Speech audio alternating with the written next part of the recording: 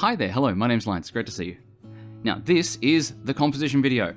It is by far the biggest video project I've ever made, and it's been a long time coming. I really hope it's something that will be useful to you for a long time. It started as a background video, but I realized backgrounds aren't backgrounds. Backgrounds are how you combine your subject with their surroundings. I could show you how to do trees, but you might be doing a city. I could show you how to do buildings, but you might be doing everything in a cave.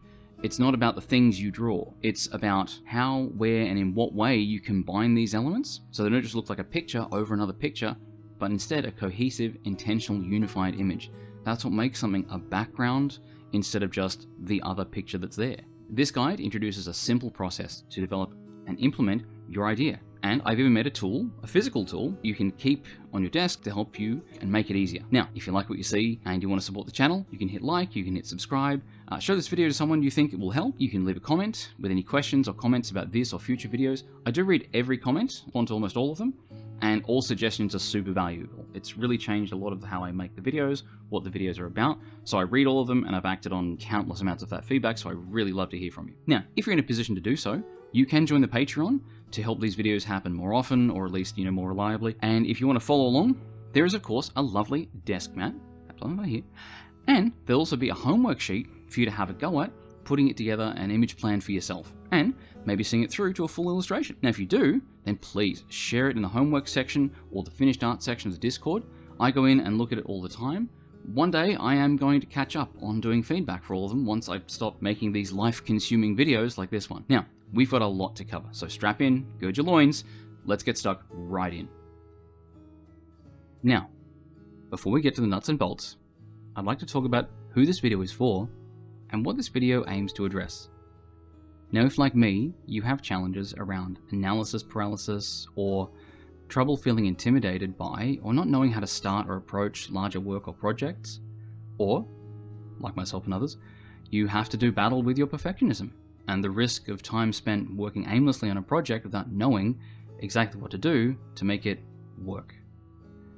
Now for me, what helps with this is having a plan that has very specific, explicitly stated steps so that I never have any uncertainty around what specifically I need to do next to achieve my goal.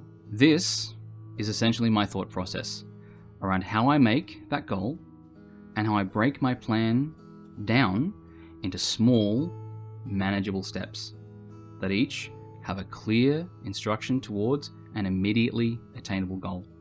It's also important to know that this process is not just for how to turn your complete plan into action steps, but even more importantly, it helps you take an incomplete idea, which in some cases can be more valuable, and through a series of interrogative questions that this process poses, force you to think about and consider parts of your idea that you may not have yet.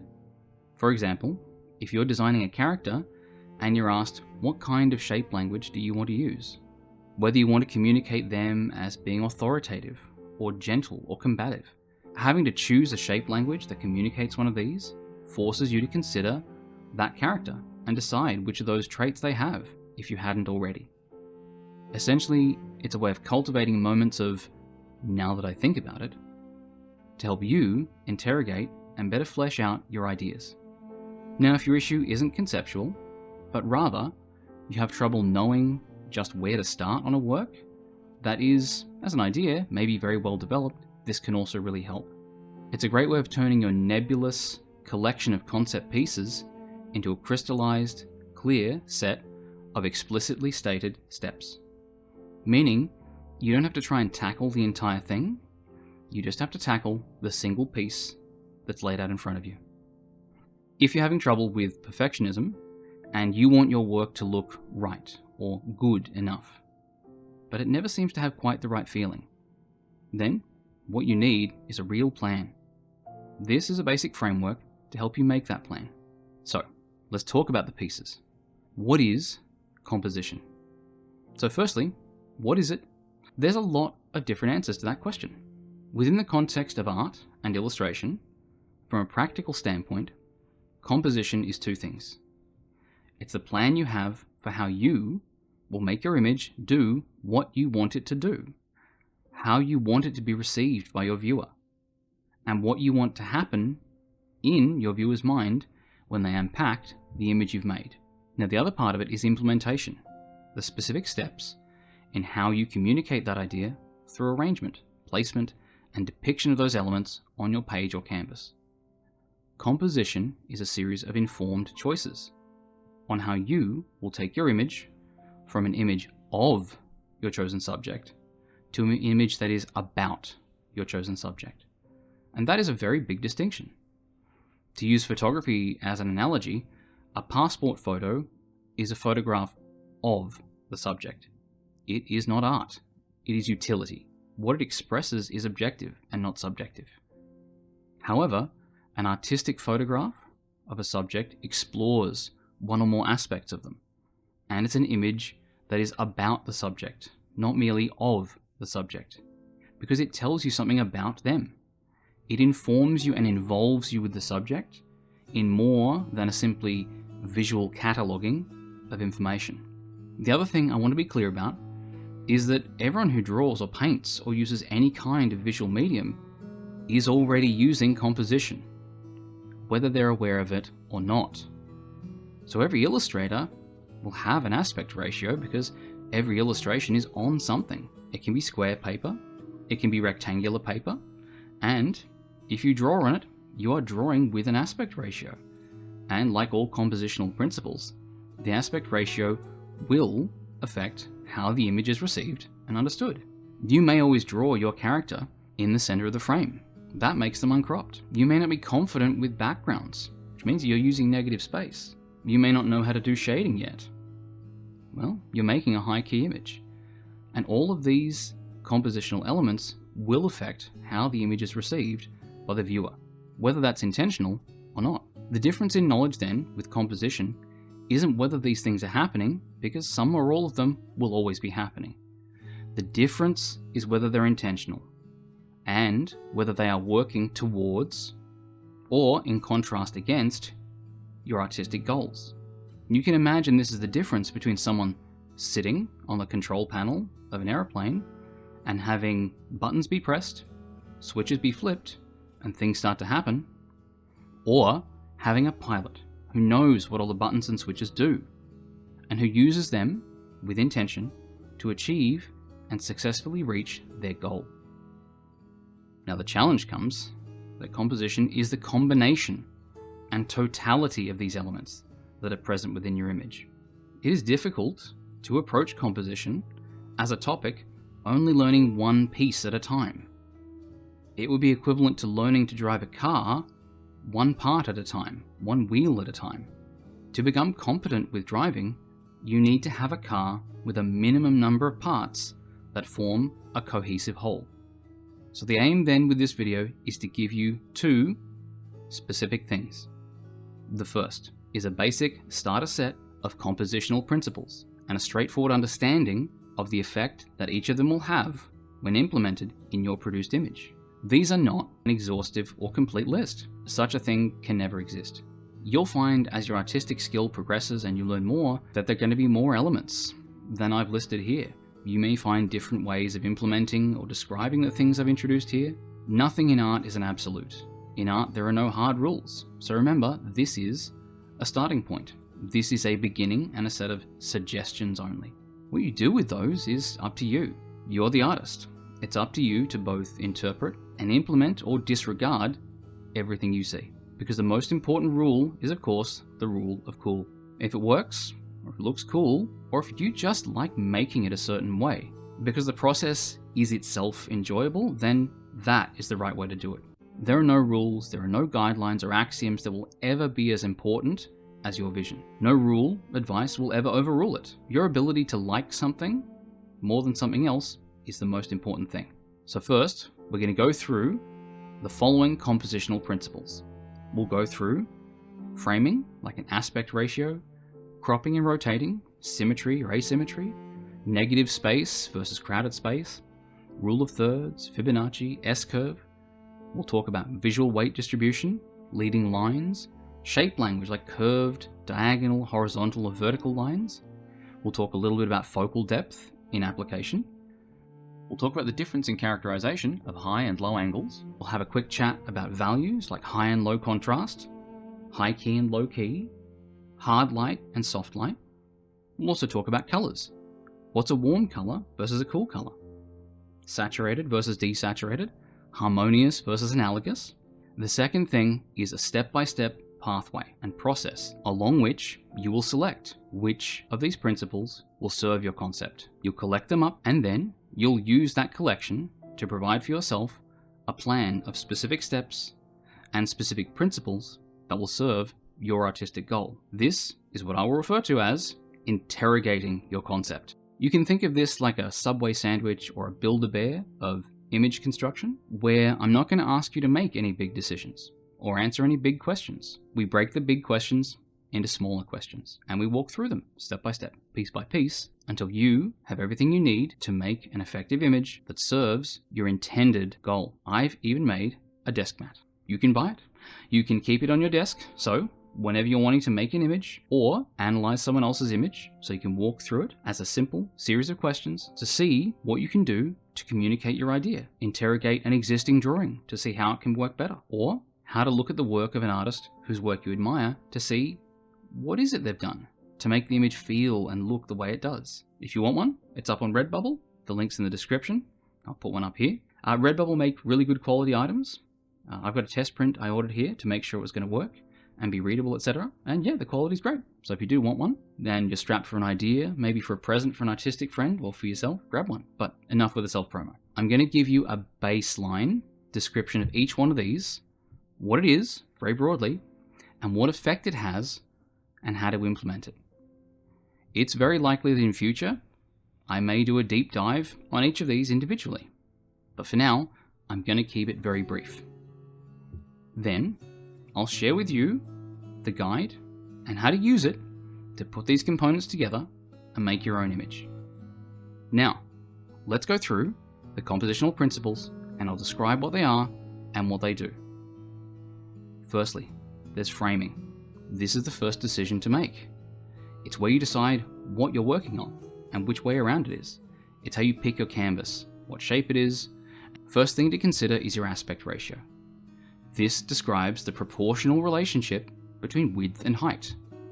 You'll have square, portrait, or landscape. This describes essentially whether the frame is equal in how tall or wide it is for square, or portrait, which is taller than it is wide, and then there's landscape, which is a frame that is wider than it is tall. Now, a square frame will be more stable, more balanced, and it has the practical application of being probably the widest frame you can use for things like Instagram and social media feeds. Wide frames won't necessarily be as compatible with the more common portrait viewing experience on those platforms. Now, when we have a portrait frame, which is taller than it is wide, that's used, of course, for portraits. And it tends to be better for matching a drawing or illustration that is about a figure, since figures tend to be taller than they are wide. It can also be great for action if your action has more motion that is vertical than lateral. Then we have landscape frames, which are wider than they are tall. These are ideal for things that are more expansive, that are cinematic, or have a lot of horizontal or lateral action and movement. Then cropping. Now, cropping is how you control what amount of an object or element is in the frame.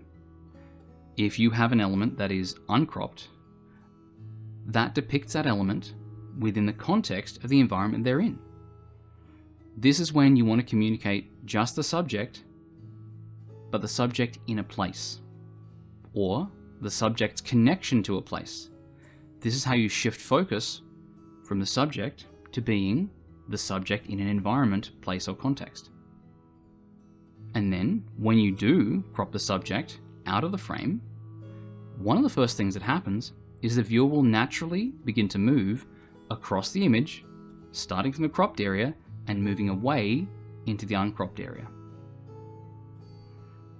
This can happen from one direction, sideways or up and down, to help you control the direction of visual flow within your image. It can also be cropped from multiple directions, and that'll help more specifically guide that flow away from the cropped sections towards the uncropped sections. And if you have an image that is tightly cropped, which means when it's cropped in on all sides, that pushes the viewer away from those cropped edges and into the detail in the image, and it involves them with the subject in a more focused and detail-oriented way. One of the other things in the same family is rotation. If you have shown or otherwise communicated or alluded to a horizon line, and that horizon line is level, then that will provide stability to your image. However, if you choose to rotate the image and display it as not being level, this sometimes is called a Dutch angle. It gives energy and dynamism. Typically, this can make things feel off balance and uncertain, and it naturally lends itself quite readily to creating a sense of unease or uncertainty. But it doesn't have to. It can just as easily communicate action, drama, and dynamism. Then we come to symmetry versus asymmetry. A symmetrical composition is where you have elements that are mirrored, either exactly or similarly, on either side of the frame.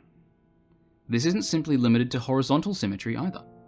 It can be vertical symmetry as well, if you imagine the reflection of mountains on the water. A symmetrical composition will tend to be incredibly stable. It'll be harmonious, and it can communicate a really strong sense of order and organization. Now, the reverse of this is asymmetrical composition, or an asymmetrical distribution of elements. They don't mirror one way or another. This can give a stronger sense of dynamism, tension, action, and visual interest. Then we have negative space versus a crowded composition. Spacing in this context refers to just how much negative space or unfocused or undetailed space around a subject. Now, it doesn't necessarily mean that there is nothing in the frame in those places, but more, it describes that what is in the frame is not something that draws focus or draws direct attention as much as the focus.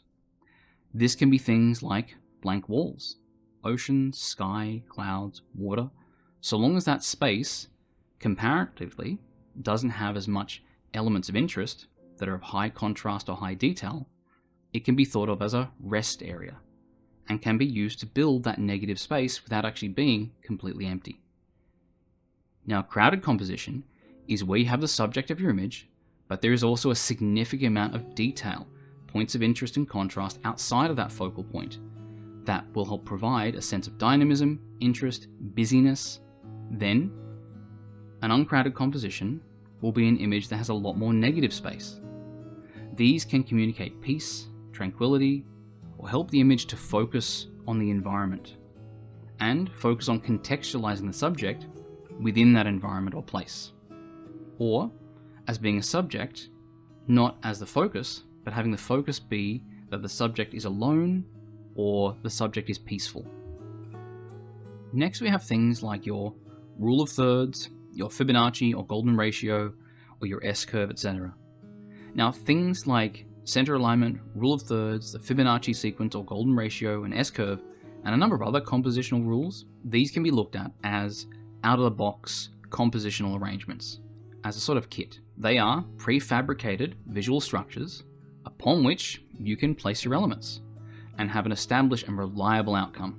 Now, center alignment, this can be either horizontal or vertical center, similar to symmetry, helps bring focus to the center of an image and tends to promote formal stability and, of course, works naturally quite well with symmetry, vertical or horizontal.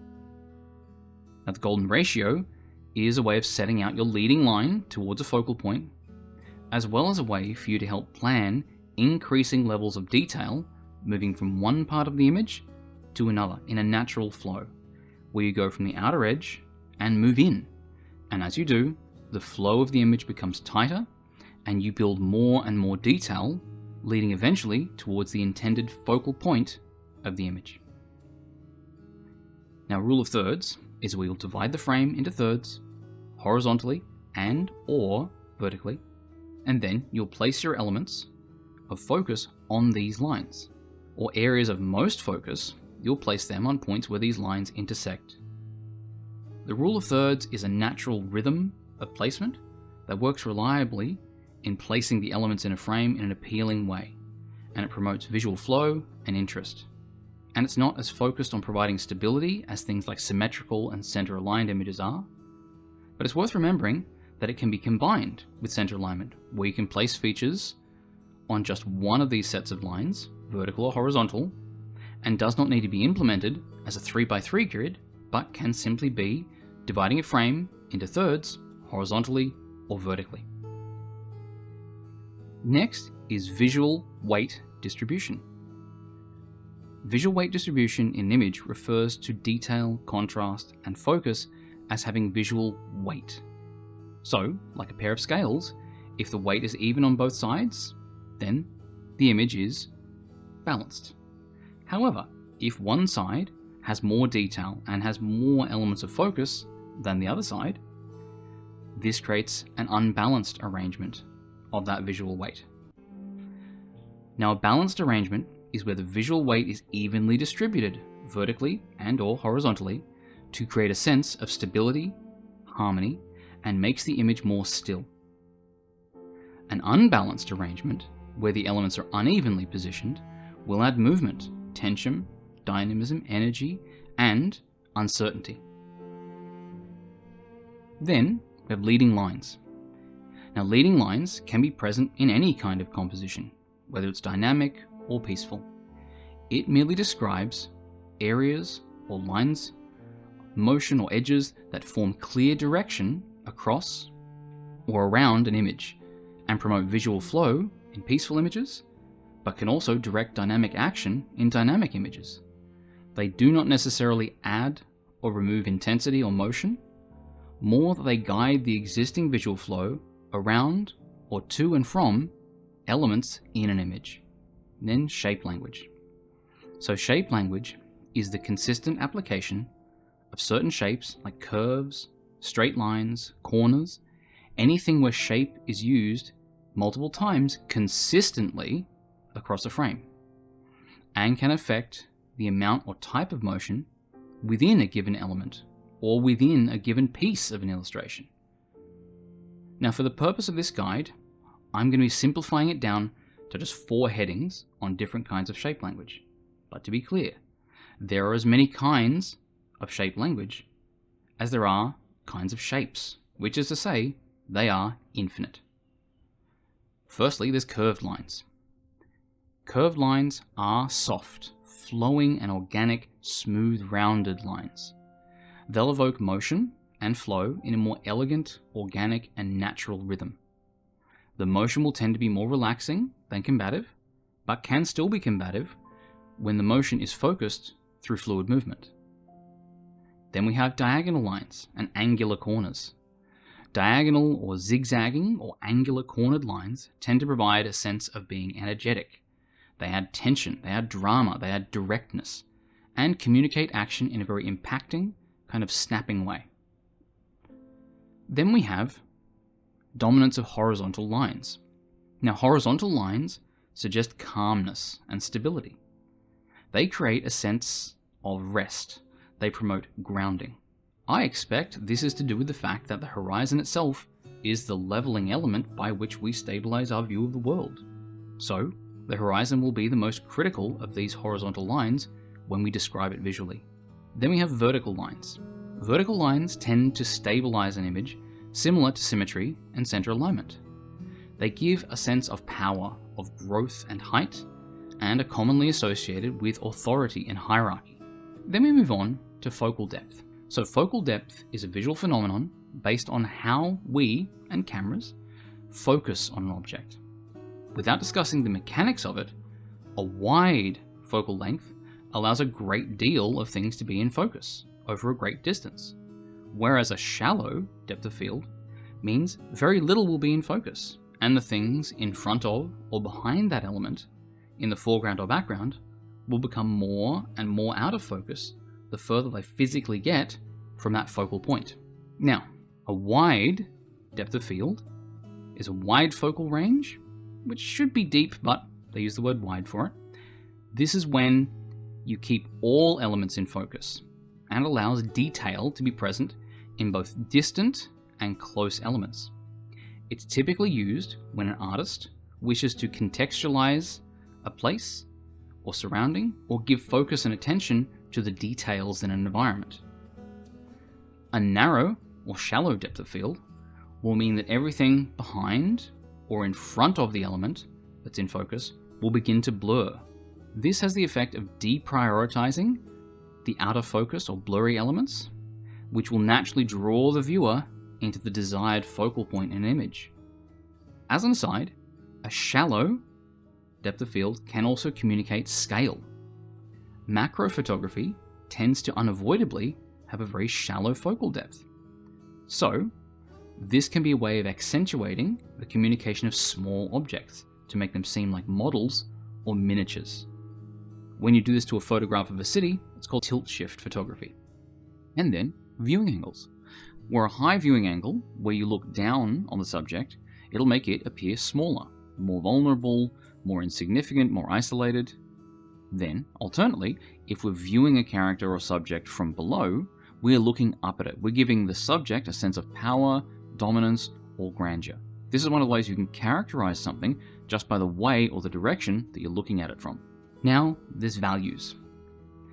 Values in this context refers to simply how light or dark something is, without any regard to its color information like hue or saturation. Values herein simply refer to how light or dark a thing is. Contrast of values refers to the difference in lightness between elements of an image. The greater the difference in value between the lightest and darkest elements, the higher the contrast.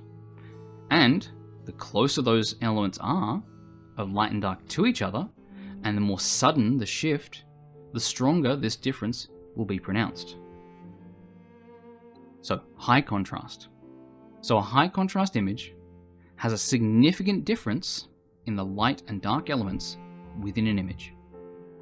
One of the first things that grabs attention from the viewer in any image is the value contrast. So it's important to keep in mind that if your engagement needs to grab the viewer, then significant value contrast is key to this initial impact. This is because of how our eyes work. The first bit of information we get when we look is how light or dark the thing is, with color information actually arriving slightly after the fact, and our brain essentially edits this difference in post. But it's critical to remember that an image that pops has immediate impact typically does so because of a significant amount of overall value contrast. This same prioritization also works within an image, not just on the image as a whole. Typically, a viewer will look towards the elements of your image that has the highest value contrast first. So, with the highest possible contrast being pure black to pure white, beyond visual impact, high contrast in an image overall promotes things like conflict, drama, energy, and intensity, and can be an effective way of highlighting emotional highs and lows.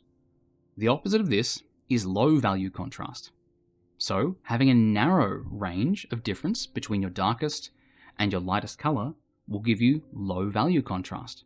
This means you'll have subtle differences between your lights and shadows. It promotes an image that is calm, subdued, reflective, and gentle. It creates a sense of unrealness and tranquility, and can give your image a dreamlike softness. But by that same token, it can be used to give a more mysterious look to less clearly defined shapes and forms, like a monster in the mist. Next, we have the key of an image, specifically the value key. This doesn't talk about the level of contrast present, but instead talks about whether the majority of the values in an image are dark, which is low key, or if the values in an image are predominantly light, which makes a high key image. It's important to remember that key is independent to an image being high or low contrast. High key.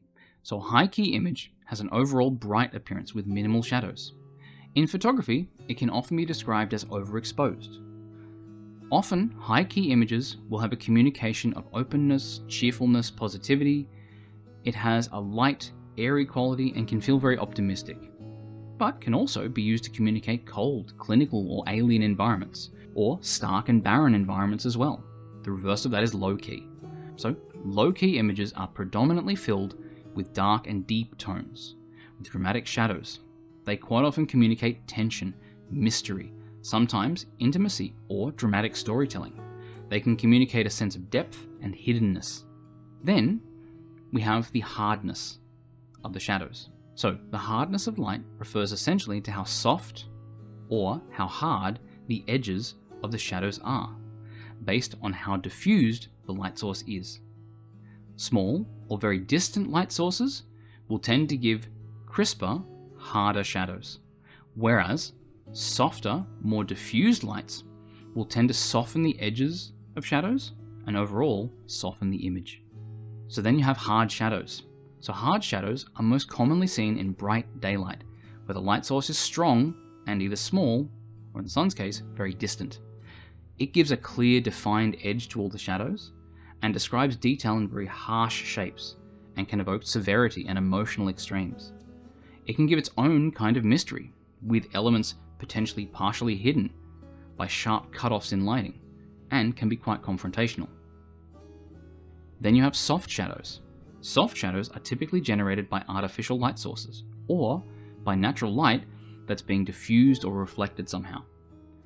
Soft lighting will have gradual transitions between light and dark, and have fewer harsh shadows as there's more ambient light to fill those recesses. It can communicate feelings of romance, warmth, and intimacy.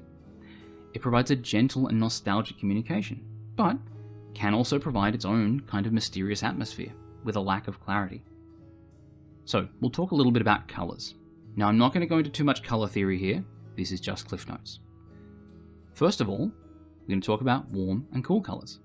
Speaking very broadly, warm tones, including things like reds, oranges, and yellows, and cool tones typically refer to blues, greens, and purples. But it's important to remember that even cool colours will have a warmer or cooler variant if you move slightly up or down in hue. And warm colours can also have cool and warm variant. So the image can have warm or cool colours overall, but they can also have colours that are locally and relatively warmer or cooler than the colours they are around. Similar to how value contrast can refer to the image as a whole, or to local contrast within an image or an element on that image. Now, warm colours. Warm colours typically involve a dominance of reds and oranges and yellows. These induce feelings of energy, aggression, and sometimes passion. It's often associated with colours being vibrant and sometimes urgent, and it can give a scene an emotionally charged feeling. Then you have cool colours. Cooler colours tend to be blues, purples, and greens. It will typically communicate calmness, introspection, melancholy, serenity, and due to things being more blue over longer distances due to atmospheric perspective, blue tends to lend itself quite well to feelings of space and distance, since we'll naturally associate it with that from how we see distant objects. Then we have saturated versus desaturated colours. So colour saturation refers to how rich the colour is, and this is separate from the hue, which decides what the colour is, and separate again from lightness or luminosity, which refers to how light or dark something is. Saturation refers simply to how much colour is present, between the range of fully saturated all the way down to grayscale, where no colour is present. So, with a very saturated image, you'll have a communication of bold, vivid hues, and they'll have a higher degree of energy and intensity and visual impact. An image with a great deal of elements that are each quite saturated can also give a childish or toy-like appearance to an image. However, if too many areas of colour are too saturated too far, it can lead to oversaturation, which will remove the colour's impact and can hurt the overall appearance of your image. So do be careful not to take that too far. Then you have desaturation. So a desaturated image refers to an image with muted, toned down colours, which can help an image to feel soft or subdued or calm or neutral. This can go all the way to completely desaturated, which is grayscale, where no colour is present. So, speaking very broadly about color within specifically the scope of color contrast, colors can contrast in much the same way that values can contrast. Similar to how value will contrast to another value based on its difference, colors will contrast to other colors based on their difference in hue. So, a red will communicate a great deal of contrast against blue. However, red won't display as much contrast against orange, a color that is much closer in hue. Color contrast doesn't simply change the impact of an image. It can also give greater vibrance and clarity to colors by placing them next to a color that they contrast. So an orange that is not very saturated will look significantly brighter if placed on top of a color that's green. And the green will look brighter too, and does not need to be saturated to increase its intensity. The two hues will increase their relative vibrance without either needing to be overall increased in saturation simply by that contrast. Now, with that set of components, let's go through and interrogate. So those are the basics, and you will learn more. You may even invent some, but here's where we're going to interrogate them. Here is where you can start using this to make some choices. Here, I'm going to show you how to break down your concept into a series of simple choices and to generate then and combine all those components into a cohesive plan. Now, with your potentially unfinished idea strapped firmly to your back, we'll step up to each intersection and choose one or more of the directions. Now keep in mind, I've tried to arrange these in a way that will make them easy to approach in order. But if you find yourself having to or just wanting to approach these questions in a different order, that's fine. So is skipping questions. If it's not appropriate for your drawing, for example, if you're doing a manga, then, well, your aspect ratio is set, and the color questions become entirely moot. So, grab one of your ideas, and let's interrogate that one now. I'll ask the questions, and you figure out which of the principles would best suit the work you're trying to do. And we'll keep them as a mental parts list. Maybe even write them down. And at the end, you should end up with a list that's going to end up as your plan. Now, if you are wanting to record your list of options, when I finish each question, I'll put this icon on screen. You can use that to pause the video and note down your choices. So then, let's begin the interrogation. Firstly, what aspect ratio would best serve your design? Do you have any limitations on the platform, meaning it should be square or portrait? Or do you have a goal of wanting to communicate a person-focused image, like a portrait, or an action-focused image, like a cinematic one, or landscape? Or do you need something balanced, like square? Next, do you need to crop or rotate it? Do you want your subject uncropped, so they're fully within the frame, helping contextualize them within an environment? Or do you want to crop them from one direction, forcing the viewer along that line of motion away from the cropped edge? Or do you want them cropped in from all sides, giving focus on the details of the character? Do you also want to rotate the character in the frame and have them appear off balance or dynamic? Or keep them level for more stability? Do you want your image to be symmetrical? Will you have image elements that repeat or mirror from one side to the other, or from top to bottom, to give a sense of stability or harmony? Would your concept be better served by an asymmetrical composition, where elements are not matched on either side of the frame for more dynamism or tension? How are you planning to align your elements in the frame? Do you want to align your elements along the center line for stability and formality? Or do you want to use something like the golden ratio, where you map out the image's intended flow with an ever-increasing level of detail as you move towards your focal point? Or would it be better served by something like an S-curve, where you have a flowing, wavy shape within your frame that guides the viewer's eye through the image, adding movement? Do you want to use one of the classics, like the rule of thirds, where you divide the frame into an imaginary lines and place your subject's focal points along those lines? Do you want your image to be a crowded composition that's visually dense, where the elements are packed tightly and can add dynamism? Or would your idea be better served by negative space, empty areas that help define the subject and create a balance or calmness or focus on the environment? How should your image be weighted? Should it be an unbalanced arrangement, where the elements are unevenly positioned to help communicate movement, tension, or dynamic energy? Or should it be balanced, with focal points and areas of interest evenly distributed creating a sense of stability and harmony. Do you need to add any leading lines? Do you want to guide the viewer from one thing to another to connect those things? Do you have a particular direction or flow that a leading line would help guide the viewer along? What kind of shape language do you want to use for the overall image or for the individual subjects within it? Do you want to give the image or a subject curved lines for a flowing and organic sense of elegant and natural movement? Or do you want to give angular or diagonal lines and corners to give energy and dynamism and tension, and potentially a more confrontational energy? Do you want more vertical lines to convey strength, hierarchy, height, authority? Or do you want horizontal lines to suggest calmness and stability and grounding? Do you want some of these for one subject and other ones for another subject to visually contrast them within your frame? And what sort of focal depth should you use? Do you want a wide focal depth with a wide focus on the image and the environment, and to have the context be clear and focal? Or instead, do you want to have a narrow depth of field where the viewer's focus is on one particular subject or element? Do you want to pull focus on that by blurring everything else out to give that priority? If you're depicting something, what viewing angle do you want? Do you want to view your subject from a high angle so that you see them from above, making them appear small, vulnerable, and insignificant? Or should you depict the subject from a low angle so we're looking up at them from below, giving them a sense of power, dominance, and grandeur? What about value contrast?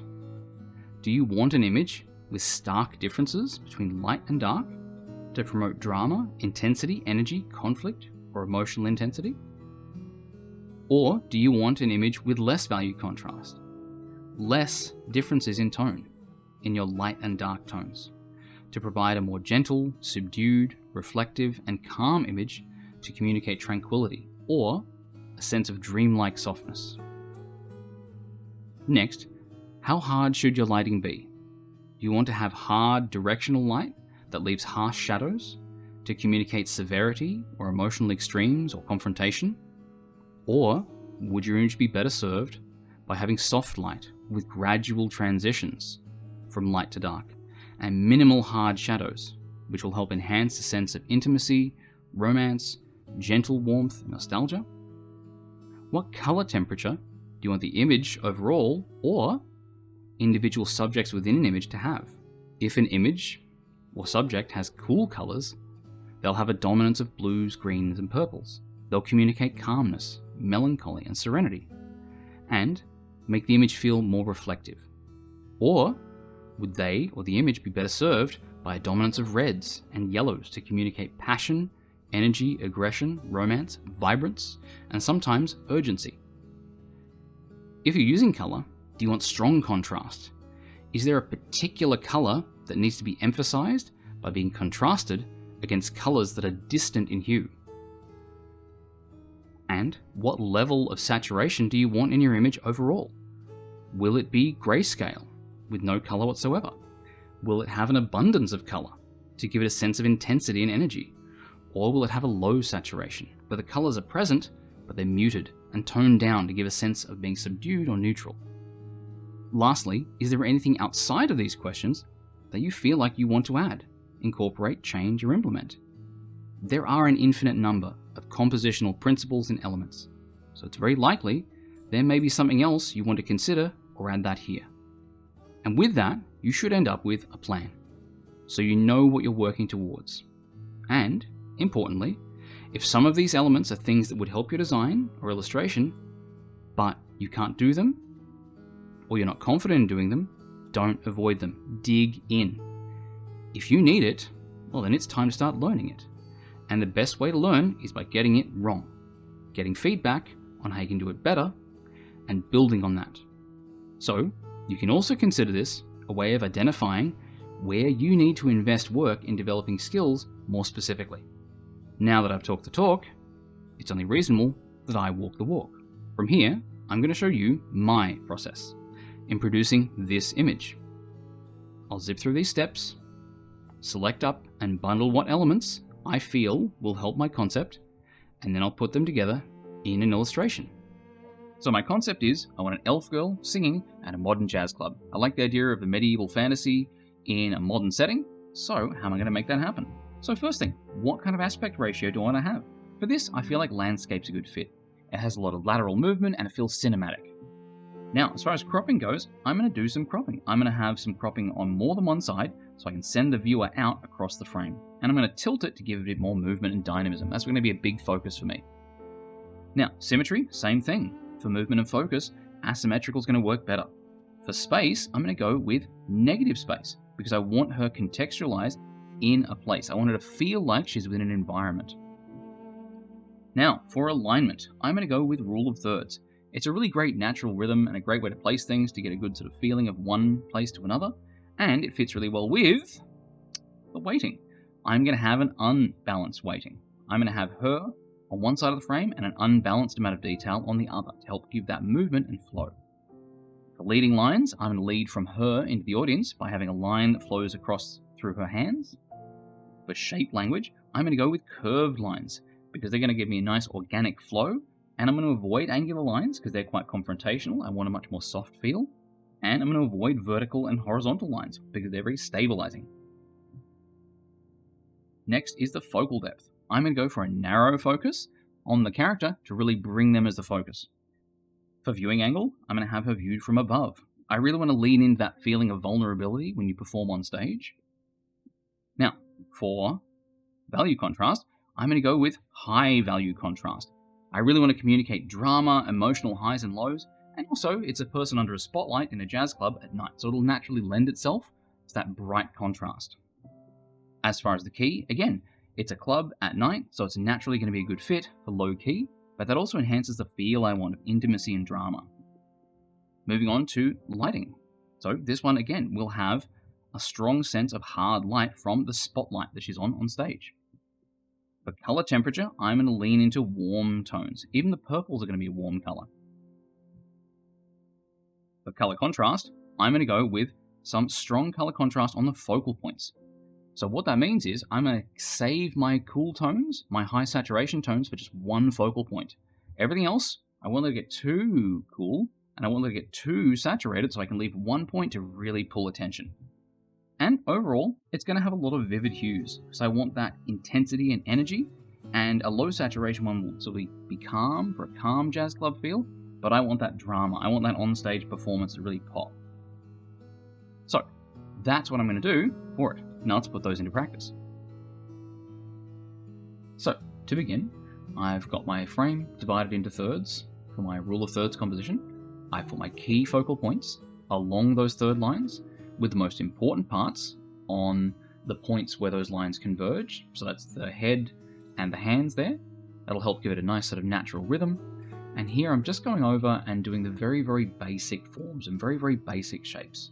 I stay zoomed out, I stay away from any detail, and I just get those basic shapes in first before I start detailing anything. If you start sort of detailing things, you kind of nail them down. And if when you do take a view out, you take a broader look at the image, you will be less able to move things around because you will have dropped detail on there. So now it's just simple forms, and I'll come back in once the simple forms are working, and then I'll do detail.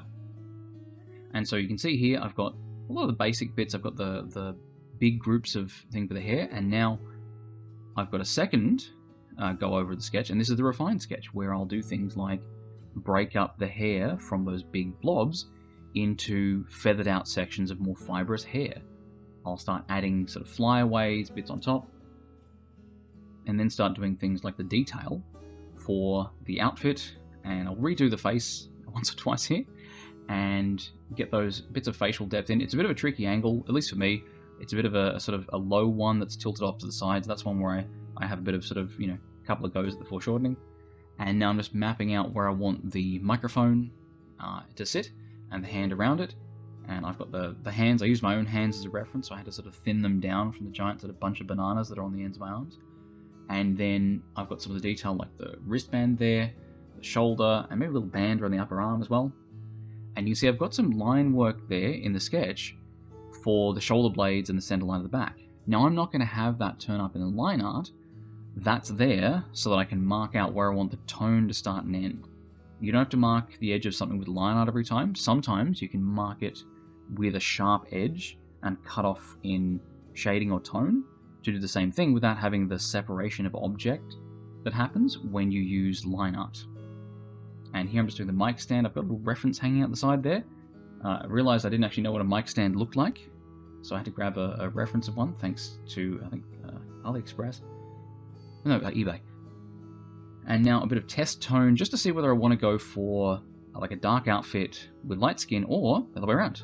I want to have like a light outfit with dark skin. Both of them can be really great. I just want to make sure I've got a really strong bit of contrast. And so here, just before I did the line art starting, you can see I tilted it off to the side there. I gave it a bit more rotation and sent it a bit more towards the edge of the frame, just to really sort of push that dynamism and energy. And here I'm just going over the simplified naive line art where I don't do any line weight variation.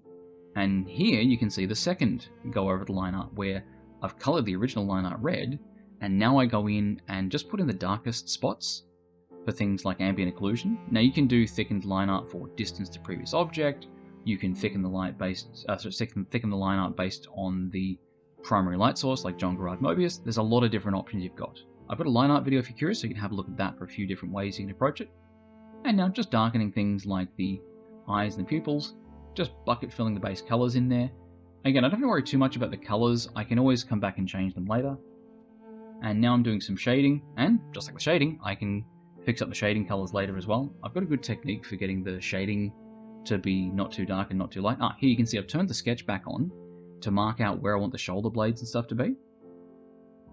And so that's why I've got that in the sketch, but not in the line art. And so now I'm just mapping out the shading on the face and doing some basic surface planes in the hair.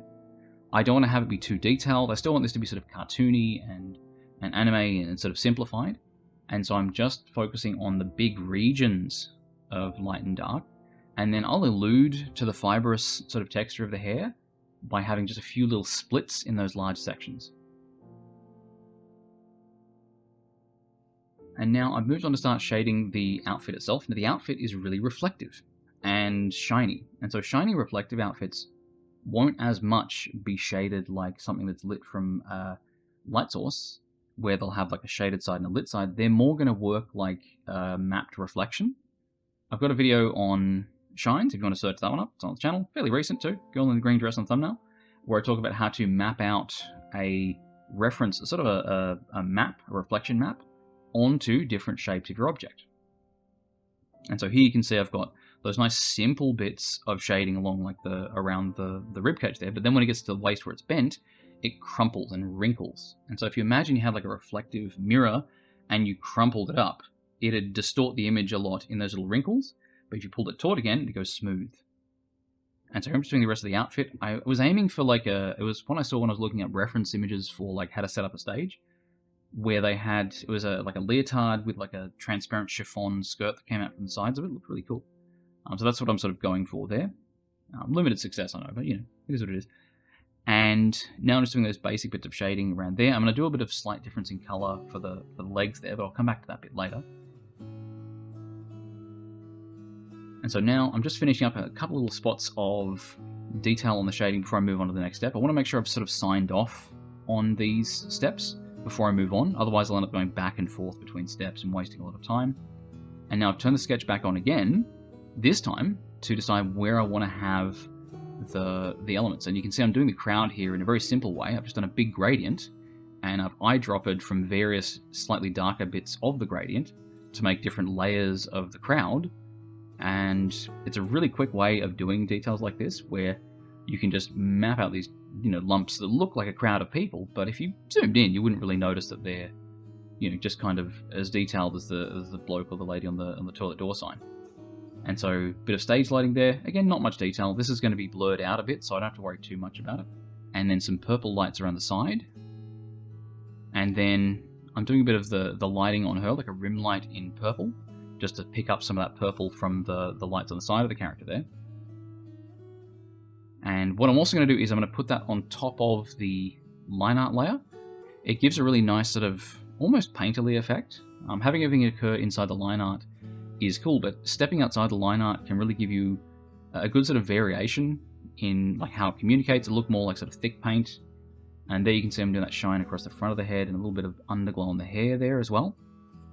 And you'll notice as well that whenever I'm doing like tone or lighting, I'll do a big chunk of it and then I'll carve it away. The reason for this is that if I'm dropping shading or highlights with a small brush, I'm not as brave with doing big, bold areas, but if I start big and then chisel it away, it stops me from having that sort of hesitancy where I don't want to worry about sort of ruining it. I just dump it all on and then cut away the bits that I don't feel like they're serving the image overall. And so I'm just adding a bit more purple there. I've probably overpowered it a bit with purple at this stage, especially here where I start adding some reflected purple from the lights on the other side. I've essentially cooled the character down, so a little bit of purple will give it some color contrast. A lot of purple will make it a cool thing, like cool colored thing. So here I've gone in and made a lot of it a sort of pale cream. And now I'm just tuning some of the colors and tuning some of the elements like the shines and so forth. It's basically finished. I'm just adding a bit of highlight glow along the edges, surface there, and a bit of foreground glow as well. Some little flecks to the air, and we're finished. And so you can see, if you have a process for how to develop your concept, and you have a regular process for the steps in your illustration, you can go from a really simple concept to a fairly well-developed image. Now, if you want to follow along and do a similar thing yourself, I've got a playlist full of 1:1 speed draw-alongs, where I go through the whole thing, not sped up, just 1:1 speed, talk you through the whole process. And if you've also followed along doing the process of putting together a plan for your image, there's a homework sheet here where you can use to track that. And of course, I'd love to see it if you take it all the way to a finished work and post that in the Discord under the homework section. Now, if you like what you see and you like a desk mat of one of these, I know I keep spruiking it, but I've never made much before. It's like a physical tool. I'm very excited. I don't make any money off it because it's Redbubble, but if you do buy one, send me a picture. It would make me the happiest person in the world. And if you want to support the channel, of course, like, subscribe, comment. Don't just leave comments, to feed the algorithm, although if you want to, I won't mind. But if you have any questions or comments on the video, this is the biggest thing I've made, so I'd love to hear what you think. I'm probably going to do more sort of focused scope things in future. I just wanted to get this one out there as a sort of a way of getting people a starting point in composition, because it can be just a lot to deal with, so I wanted that sort of first step. And with that, I'll let you go. You all have a fantastic day. I really hope you liked the video. I really hope it was worth the effort. I am very active in the Discord if you want to go in there and say hi, especially active if I haven't been hiding in a cave for a month doing something like this. So hopefully I'll see you around. You have a good day. Cheers.